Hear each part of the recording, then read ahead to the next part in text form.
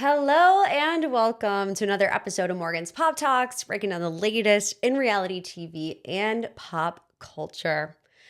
Now, I started writing this week's episode. We were going to talk about Ariana Grande and Ethan Slater, but I just completely erased my pop three about 5 seconds ago because I can't pretend like I care about anything else besides Summer House. I can't. It's like 2 out of the 3 stories were about Summer House anyways. And I'm like, am I really going to sit here and lie to my girls and tell them that I care that Ethan Slater and Ariana Grande broke up? I don't. I don't care in the slightest bit whatsoever. So I'm just like, I'm not going to pretend like I do. So here I am, and we're just fully committing to everything that's going on in Summer House right now. Before we get into it, top of the show rant. I don't even really know if I've been doing top of the show rants anymore. Well, I'm going to do one today. The Patreon girlies already know this, but if you've also been following along my sinus journey, which I know is that's a weird phrase, right? It's just something that, even though I don't consider myself an influencer, everyone's like, oh, my fitness journey and my home journey and my baby journey. I have a sinus journey. That's where I'm at in my personal life. I had surgery in November, dealing with a lot of ongoing issues. Since then, I thought it was part of the recovery. I feel like, I'm still really struggling. I've been back and forth to the doctor all the live long day. Me and my doctor are BFFs. We're like this. We're tight. Don't come for my Dr. Turker because he's the man. He texted me yesterday about my treatment. I have MRSA in my nose. I don't know what that means. I've only heard MRSA in the context of the bubonic plague, where it's worst case scenario at all times. After doing some research, I realized that it's a more prominent staph infection that's resistant to a lot of antibiotics. So you remember when I had my surgery, I was the 10% that had to go home with the Super Plus tampons in your nose, and I had to pull them out myself the next day. The most traumatic experience of my life, by the way. They were in my brain. I had to pull them out of my brain. So it's that was me, 5 to 10%. And then here I am again, staph infection or MRSA girly in my nose. So at least we're getting somewhere. We're making progress. I'm on a new antibiotic. He's like, it might not work. We're going to circle back in 2.5 weeks. So there we are. Also, what else is going on this week? I have period cramps out the wazoo, and it's World Cup week. Do any of you out there live in a World Cup household? This is my first World Cup experience being married to a soccer fanatic. I am actually going to a World Cup game in July, which I know is an amazing thing to look forward to. It's a bucket list moment for a lot of people, and I'm not being a downer about it. It just is in Miami, Florida on July 4th outside in a Superdome. So I'm just anticipating that I'm going to have to get some type of antiperspirant spray, not just for the pits, but for, other areas in my body, because I know what that's going to be like. 2-hour drive there, sit in the blazing sun for 2 hours and then come home. But listen to me, first world problems. I'm going to a World Cup game, Morgan. Get with the program. It's not going to be the end of the world. I just am anticipating a very sweaty day, and nobody likes underboob sweat. Nobody. I don't care. I don't care if you're at the World Cup. I don't care if you're at a July 4th parade. Nobody likes underboob sweat. I'm just bracing myself for that. Okay, so let's talk about everything that has popped off in the Summer House world. And I'm just going to be shooting it around today. I have absolutely no structure. The deep dive is structured. I wrote out notes, but for everything else, I really haven't. We did learn at the end of this week's Summer House reunion episode that we're getting a bonus episode, Summer House, the Aftermath. And we were seeing the sprinkles online. Stay tuned until the bitter end. I thought it was going to be a hot mic moment because I also saw some commentary online about if you thought Amanda cared about Sierra, wait until this part of the reunion. And what I thought it was going to be a Meredith Marks, Lisa Barlow type exchange of a hot mic moment. But it wasn't. It was the sit down scenes. Lindsay has one with Amanda. Kyle has one with West, and then Sierra has one with Miha. So we did it. I was saying last week, cast Miha. I don't know necessarily for like a full-time summer house thing. I could see it because we live for the plot.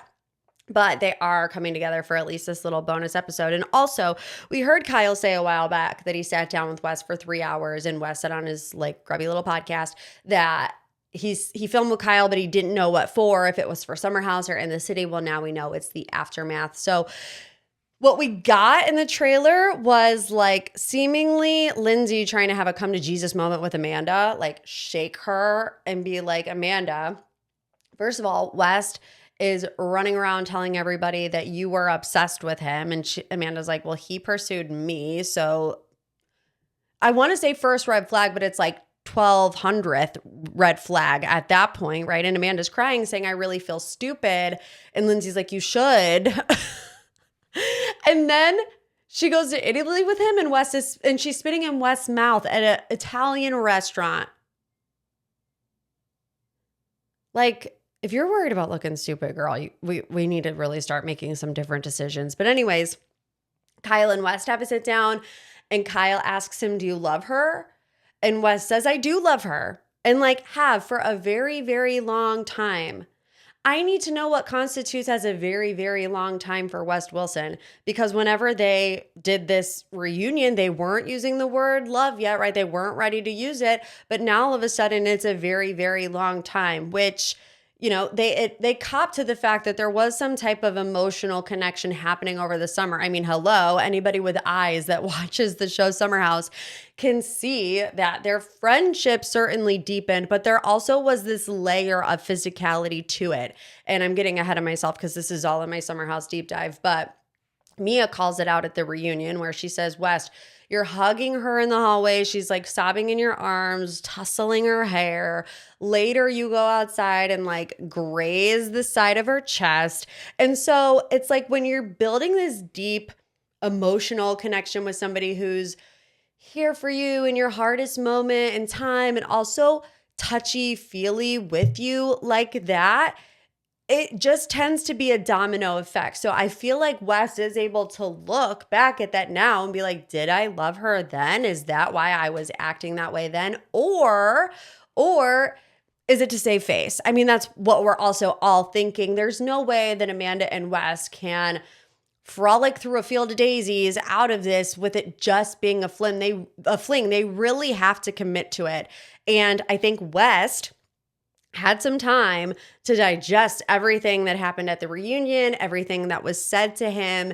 And now he realizes if he's not in love with Amanda, this is 10 times worse. You get what I'm saying? And then also Sierra and Miha. Miha tells Sierra that Wes texted her after the reunion and said, you win. I don't even know what to say about that. It just feels so, like, I don't want to say threatening, but that's the vibe that it gives off. Like, it gives me flashbacks to when I was in these types of toxic relationships. I don't know anything about Miha and Wes' relationship. I don't know how it was behind closed doors, but, you know, where the person you love just says something to you and you're just like, really, this is what you're gonna do? That's how it made me feel. But Sierra and Miha linking up, joining forces, I love it. Again, I don't know how it's gonna play out. I also read this interview with Josh Brown, who, what's his official title? I'll look it up so I don't get things wrong. VP of Current Production for Bravo. He was talking about the casting process and how there's been a lot of speculation online about what this Summer House cast is going to look like for season 11. He said all these discussions are premature. Of course, we're talking about it, but we haven't made any final decisions yet. I think that includes Sierra. You know, TMZ was out here saying she's going to come back. She was like, no, actually, TMZ doesn't know anything about me. There was an article in Us Weekly that said Sierra might come back for one last season to make Amanda and West uncomfortable, you know, just to prove a point, which I would be here for. But then the same insider says West might not be asked back because of how much he's lied to his fellow castmates and producers about his life. You know, you can't have somebody on a reality TV show and anybody respect him when it comes from production to the viewers who isn't telling the truth. at all about their life, like a complete facade. So we don't really know. I think Kyle Cooke is coming back to season 11, and there's two reasons I say that. First of all, we had a live thread watch party. It was incredible. All the girlies were in it. All the girlies were chiming in, including Kyle Cooke. So Kyle Cooke was in the Threads live chat with us while we were watching the Summer House reunion. And I said to him, let me pull it up so I don't get it wrong. I said, Kyle, I know you're here. Please go back to Summer House for season 11. And he responded, single era needs to be documented with a crying emoji face. That coupled with this interview with Josh Brown in The Hollywood Reporter, who said, there were all of these kind of assumptions at the end of season 10 about what the future of Summer House was going to look like. It certainly felt like a send-off for people like Amanda, Kyle, and Lindsay, who we know wasn't around as much in season 10, and they've moved on to In the City. But now that all of this has happened, and Josh Brown saying, nothing is set in stone, and everything you thought, is not really how this is going to pan out, I think Kyle's coming back. I think he's coming back. I think he's ready to send it. He's out there kissing women in the front row, kissing babies, shaking hands. I'm like, you know what? I just cannot believe that we're getting ready to head into season 11 of Summer House, which starts filming usually July 4th weekend, with a single Kyle Cooke. Who would have? What a time. Let's get into this People interview with Kyle Cooke. And I just pulled up the People article, like the web browser, www. And this photo of Kyle that's staring at me, right, smizing at me with his eyes. Did you see the photos, you guys? I don't know. He's in this like little mesh tank top. I don't know how to feel.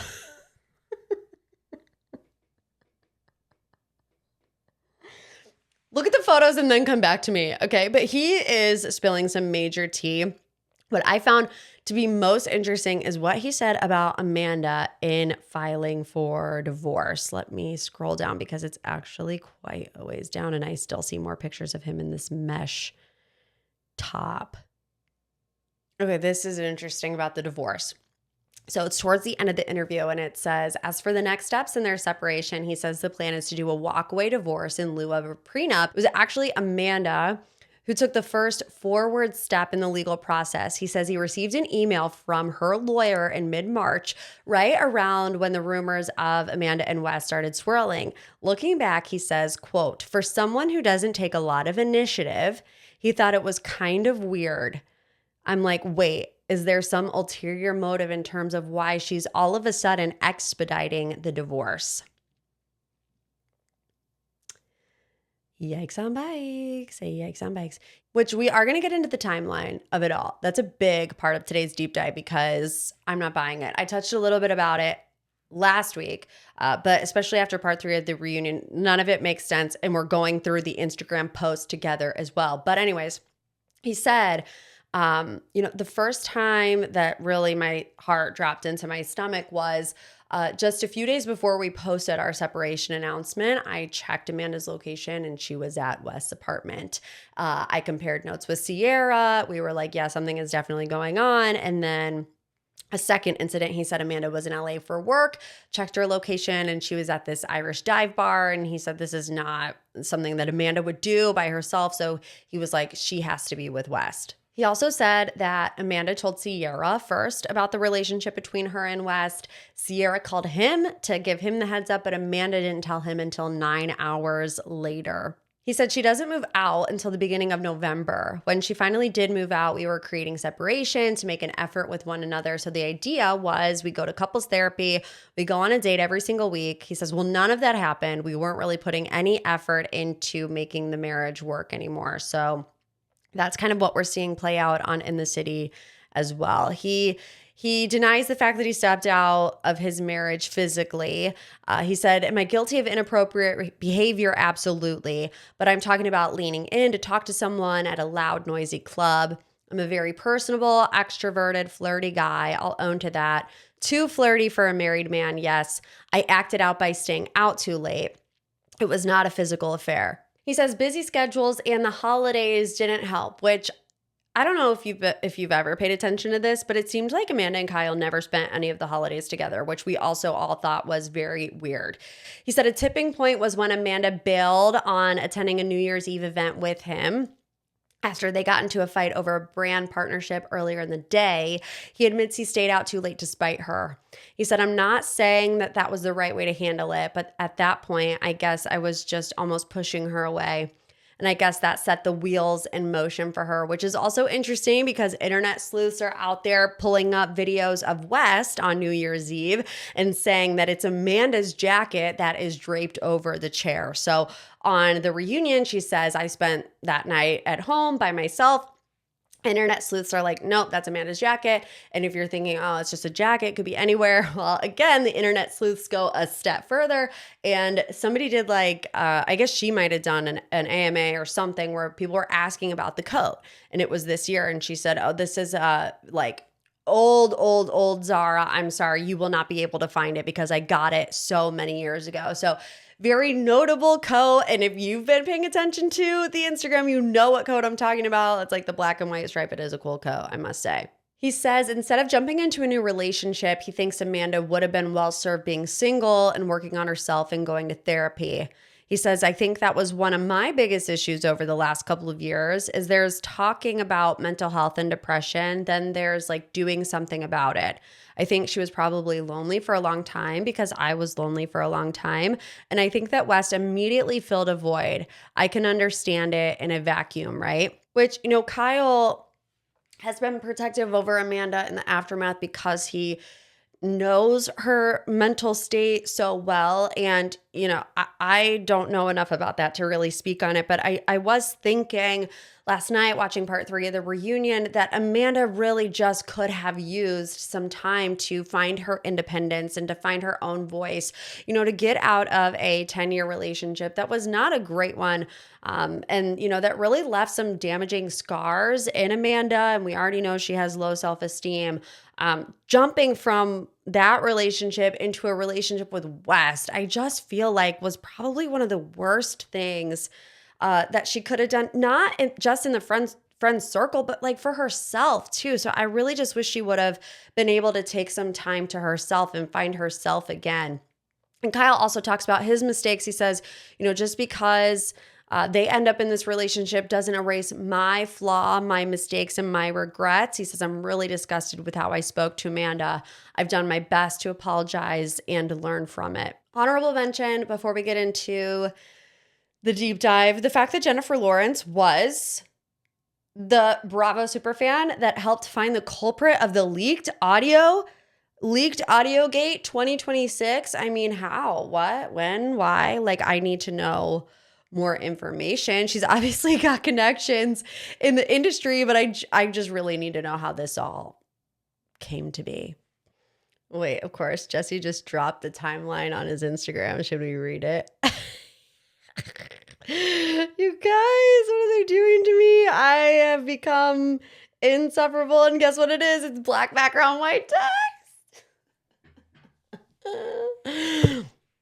Microscopic font as well. Jesse, are you kidding me? Okay, the timeline, February 10th, West and Amanda go to dinner in Miami without me, he says. February 27th, a friend of a friend says West and Amanda seemed into each other and left a bar together. Same week, word gets back that Chicken Fry is telling people they're hooking up. That was February 27th. February 28th, brunch with the boys, except West leaves to have another brunch with Amanda and friends. Doesn't mention Amanda at the lunch. Later, Kyle and I run into them at a bar. West and Amanda sitting next to each other. Amanda jumps up when she sees us, kisses Kyle on the mouth. I joke, I can't believe you and West are dating. She says, West is my boy. Kyle and I leave. West, Amanda, and friends are all apparently headed back to West's place. Wow. March 2nd, tell Lindsay my suspicions in Toronto. She says, no way. March 3rd, tell West that Kyle was annoyed he ditched brunch for Amanda. West says, it's not weird. We hang out a lot as friends, always in groups. March 5th, ask West about the Dumois rumors. His response, we're half as bad as you and Sierra. West Wilson, like the PG version, he said,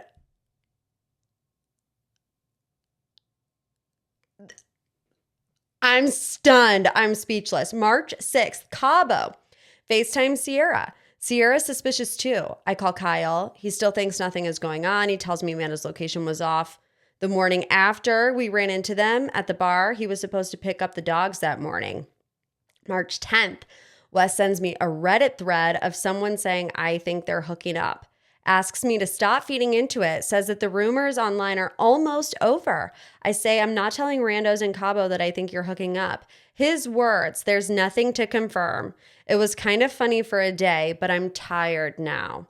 March 11th, drinks with Amanda. I grill her, full denial. March 20th, Neutrogena event in Miami with Sierra and Lindsay. Everyone suspicious. Sierra, wait for the reunion. So Sierra knew, and she was going to out them at the reunion.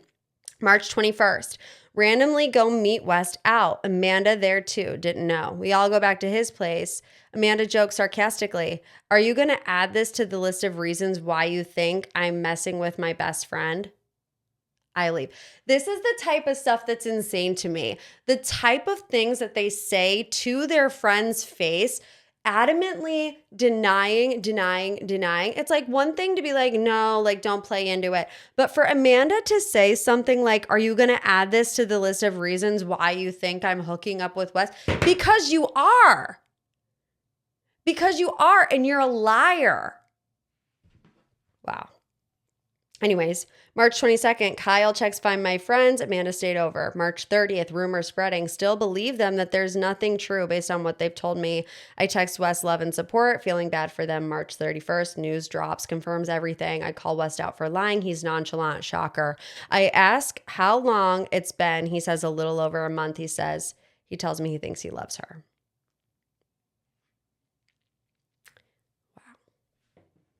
Okay, now let's get to the episode. We still have to talk about the episode? Are you kidding me? Okay, let's get into it. It starts with West kind of copping to the white knight theory, where he's like, oh, Amanda and I, we started hitting the streets. We started live, laugh, loving. I was showing her a good time. And I just took so much pride in knowing that I brought Amanda all this happiness. And it was a treat for me to see Amanda incredibly happy.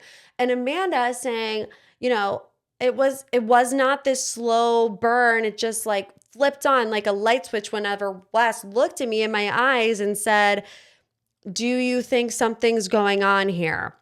She says all the emotions just kind of came to me in that moment, which again, I think just points to this self-esteem issue with Amanda. We've seen Amanda say numerous times this season that she doesn't think she's good enough for anybody else when talking about the possibility of wanting to separate from Kyle, saying no one else would want me. So it's like West coming up to her, West, right? The life of the party, the one everybody loves, and saying, I want you. It's like hook, line, sinker for somebody like Amanda. I don't think it's healthy to get out of this 10-year murky a la in the city relationship and then jump into another relationship that all of a sudden has to be serious, because everybody's on their necks about it. But it wasn't serious at the time. And especially with someone like West, who has major commitment issues and has major issues in leading girls on. They say absolutely not to having an affair over the summer. Although 5 seconds later, West is sitting on the couch, with the preview saying, I think I've loved her for a long time. So, like I said, what is a long time? Is it 3 months? Is it a year? And Mia really presents the evidence for those thinking that there might have been something going on between West and Amanda last summer. The hug in the hallway, the side grab, and I'm glad that Mia brought this up from her perspective, because we've talked about this before where I said West is very touchy-feely, flirty with, in my opinion, everyone.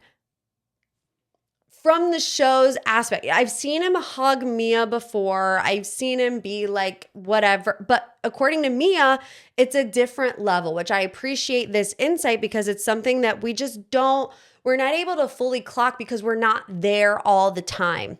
Mia says, you wouldn't touch me like that. you wouldn't touch Lindsay like that. And Lindsay says, that's true. He's never touched me like that. So there does seem to be a different approach when it comes to Amanda. Now, is it because Amanda has baby bird syndrome and, is the perpetual victim and everything, where West feels like he needs to be the knight in shining armor, whereas Mia and Lindsay certainly don't need West to come to their rescue for just about anything.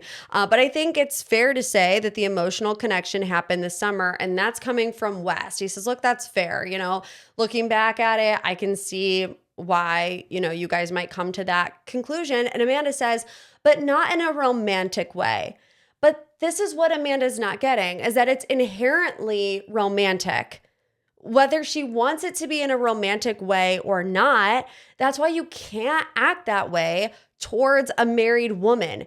You can stick up for someone and be there and be a support system, but to hug them and to kiss the side of their face and to nuzzle his hands in her hair and to go up and grab her around the side, you can't do that without there being underlying, maybe even subconscious feelings going on there, because those actions yield themselves to emotional connections, to deeper connections. Like I said, that you might not have even consciously been developing, but there's also no coincidence that it contributed to what is happening now. You're telling me that it's a coincidence that Amanda is saying West is the one guy to ever stand up for me against Kyle in the summer house, and now they're together? You're telling me that's not that's not connected whatsoever? It 100% is. They talk about the Brianna chicken fry Dave Portnoy situation. Super Bowl Sunday, February 8th. One of West's friends telling people Amanda and West are an item in early February. There are so many issues with the timeline Amanda and West present that make it impossible to believe. I mean, the first red flag is the timing of Kyle and Amanda's split announcement. Kyle says Amanda was insistent we had to do it that day, January 19th. He says, I couldn't even tell my family. 2 days prior to that is when me and Sierra saw that Amanda was at West's apartment. And, Amanda's response is, well, I had to get this out before Summer House started airing because I did not want people thinking that Kyle and I were together while they were watching season 10. Summer House started airing February 3rd. What is the pressure to put it out on the 19th when there was still 2 weeks? Kyle could have at least called his mom to tell his mom, right? Unless there was something else going on with West. February 3rd, Amanda posts the Back to Friends Instagram carousel with photos of martini glasses and olives, and that was a dinner that she had with West. So she's posting all these breadcrumbs about their dinner, and the song is, how do we go back to being friends after we just shared a bed? February 8th, then the Super Bowl. February 12th, she posts a picture of someone sending her text message of a sunset saying, you again. Who is sending text messages like that to Amanda on February 12th? Was she seeing multiple people? Was she dating somebody else? Was there somebody who had that flirty of a relationship with Amanda in early February to send a picture of a sunset saying, you again? To me, that text message came from West. And why is West sending you flirty text messages on February 12th if nothing is going on whatsoever?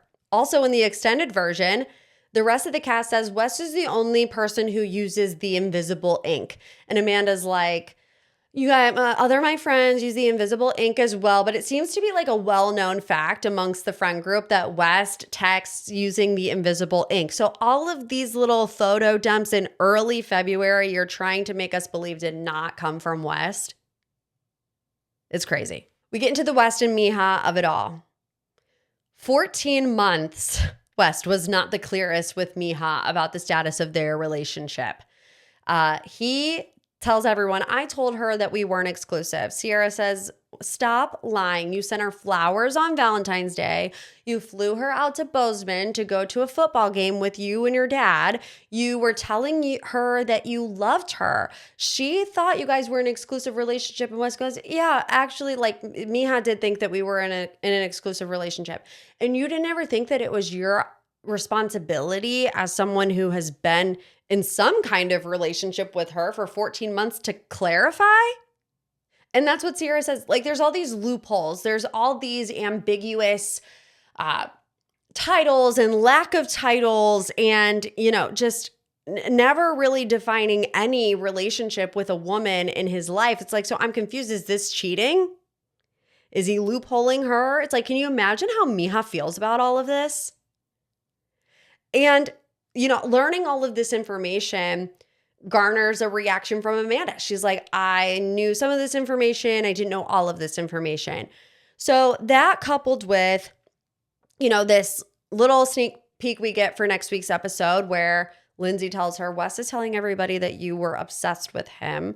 It's like the truth never presents itself. So how do you end up in Italy with this guy spitting in his mouth in public? I just really don't understand it. Jesse clocks it by saying, you told Mija this was all for the show. Behind closed doors, Wes is saying, baby, Mija, it's me and you. It's us against the world. It's me and you all day long. And like, if I'm Amanda, the alarm bells are just ringing, ringing, ringing. Because what makes her think that Wes wasn't using her for the show? If he has all of these skeletons in the closet and excuses when it comes to, really nailing down the relationship with Mija, and it all revolves around the show. Mija, I can't date you because of the show.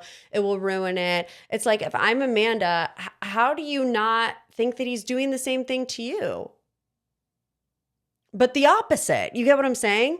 And Kyle is still protective over Amanda. He says, Wes, I was texting you about what was going on in my relationship with Amanda, in my marriage. You had a front row seat and you have essentially isolated her from the rest of the cast, which yes and no, but Amanda's still with the baby bird syndrome. She made the decision to pursue this relationship with Wes and throw everything else out the window. It's like what Lindsay said at the end. Did they really not think this through? And not only how this would affect the 4 people that are like majorly involved, but the guys and the girls and the friendship and the show. It doesn't make any sense to me. And so yes, Wes did this, but like Amanda also did this too. And we have to stop treating Amanda with kid gloves that she always wants to be treated with. While I agree, Wes pounced on her during a weak moment in her life.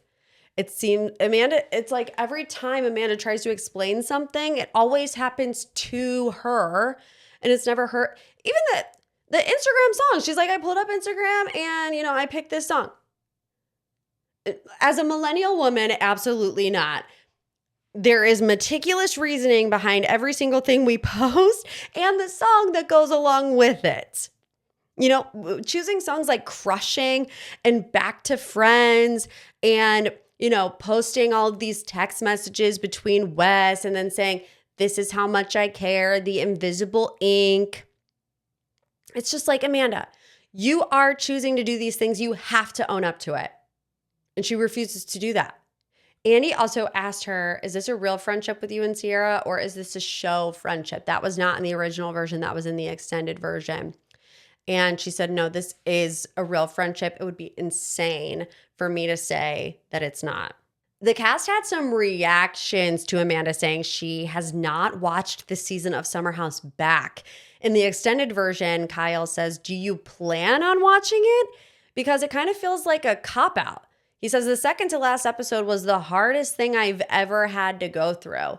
And Amanda says, I will watch it. I probably will watch it after the reunion.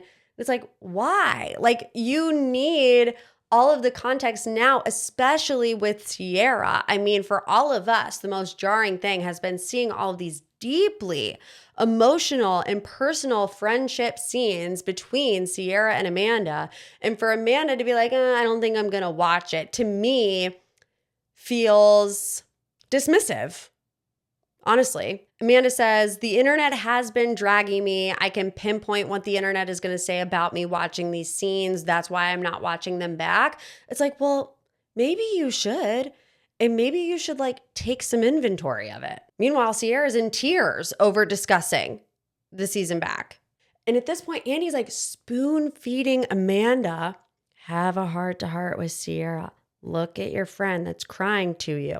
Well, your eyes are glazed over. And he says to her, Can you tell us what you're feeling? And tell Sierra. Amanda's response saying, in regards to, Amanda, are you in the room with us? In regards? He's like, in regards to this massive betrayal. And I know they're talking about a lot of different things, but Andy's like, hello, look to your left. Your best friend is crying across the couch from you, and you're just sitting there dazed and confused. Amanda said it twice now. I developed feelings for someone I was not supposed to. And it's like, okay, we get it. You guys had these particular lines. For West, it's I apologize. For Amanda, it's I developed feelings for someone I wasn't supposed to. But there's literally no emotion whatsoever. And this is when Andy's like had it at this point. He says, no offense. Are you guys on like beta blockers or something? Because everybody is crying their eyes out and you're sitting here like, when can I eat the Thin Mint? It's bizarre. You have no emotions, brick wall. Wes says, I did take a beta blocker. I'm trying to be composed.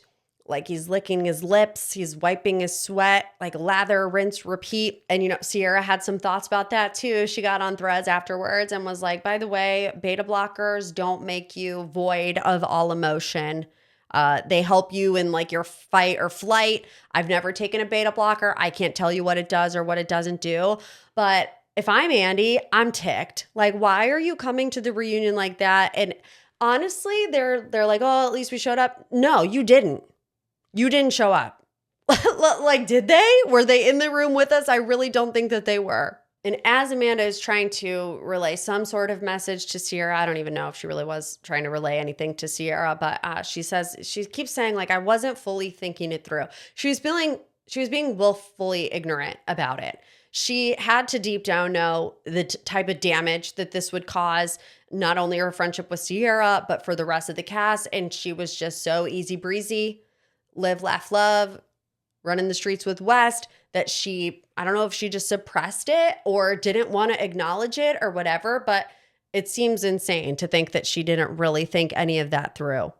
And they ask, was it worth it?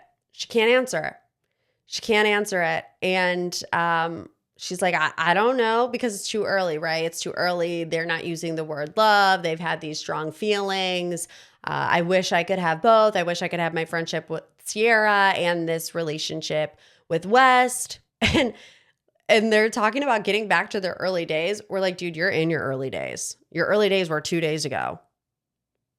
Your early days were last week at the Yankees game, which, speaking of the Yankees game, this was in the extended version as well. And he said, did you say to West, act like you like me at the game? And Amanda says, yes. She did say that. She did look at West. The lip readers were right. She said, act like you like me. She did say, I think that was probably the end of the sentence. Like she said, there was a longer sentence going on and that was the end of it, but she did say it. Crazy. But, Lindsay saunters in at the end, wine glass in hand, and she's just like, I feel like we got nothing accomplished. Same, Lindsay. And she's the only one that's going to bring up the elephant in the room. She says, hey guys, not only have you ruined multiple friendships, you might have ruined the show, you might have ruined livelihoods, our careers, and you're just now thinking about that today? Because Wes is saying, yes, today I've learned that it's a big issue in regards to my friendship with Jesse, which also in the extended version, we learned that Jesse had a similar situation happen to him this summer where a best friend of his hooked up with his ex, and that's contributing to all of these emotions that we're seeing with Jesse. And still, they're not fully comprehending. Lindsay's like, you're just now thinking about this? And they're like, not really. Amanda's like, I have a lot to think about now. Wes is like, yeah, today I've learned that it's a big issue. It's like, what have you guys been doing? Where have you guys been for the past 2.5 months or longer? Who knows? It was the craziest thing ever. And I talked about this on the page, but I just feel like since West and Amanda gave us nothing, I wish that there were some other things that we could have discussed. One, the whole Amanda claiming that Ben wanted to sleep with her in Italy. That turns out to be not true. Ben posted on Threads about it that said, we talked about it at the reunion. It was completely untrue. Amanda said she over exaggerated it. We didn't see that. We didn't see any conversation about how hypocritical Wes' reaction to Jesse was earlier in the season. Jesse actually did catch some feelings for Sierra, went about it in the wrong way by saying, hey, what if I kiss Sierra as a joke? And Wes said that was the weirdest thing ever. Funny. That's funny. West, calming down the initial Amanda rumors by posting a photo of Lindsay's daughter and Sierra. We didn't get any of that. There was just a lot of things that I felt like if we weren't getting anything from Amanda and Wes, there were other things to discuss. And I get it. If we would have went the opposite direction, we would be sitting here saying, oh, we needed more accountability for Amanda and Wes. But I just still can't believe the disposition that both of them showed up. They had a game plan going into this reunion. It was to take whatever you needed to get through the day, say, I take accountability and apologize. And that seems to be it. I personally am looking forward to this aftermath episode because I think in this less heightened setting, we're going to get more answers than we did on the Dazed and Confused reunion. These one-on-one conversations between Lindsay and Amanda, the one-on-one conversation with Kyle and West, and then the one-on-one conversation with Sierra and Miha. I don't like that though, because again, it feels like a cop-out. It feels like Amanda and Wes just showed up to the reunion, decided they were going to say what they needed to say and glaze over everything else. And then when the pressure isn't as heightened in these one-on-one conversations or Wes on his podcast or whatever it is, they're going to let it fly and whatever. It's just cowardly to me, but at least we're getting it and not just leaving it right where it is here, because that would have been, I think, not a satisfactory ending. It still isn't, but at least, we'll get a little bit more. All right, guys, thanks again for tuning into this week's chaotic episode of MPT. If you love the show, leave a review, a little 5-star boop boop, a little love you like assist. Send it to a pop culture loving bestie. If you want to watch the show, you can subscribe on YouTube. Just search Morgan's Pop Talks. And if you want more content, you get a bonus episode every single week. And you get MPT early and ad-free on the Patreon, patreon.com/Morgan's Pop Talks. The link is in the show notes below. I'll see you next week. And as always, love you like a sis.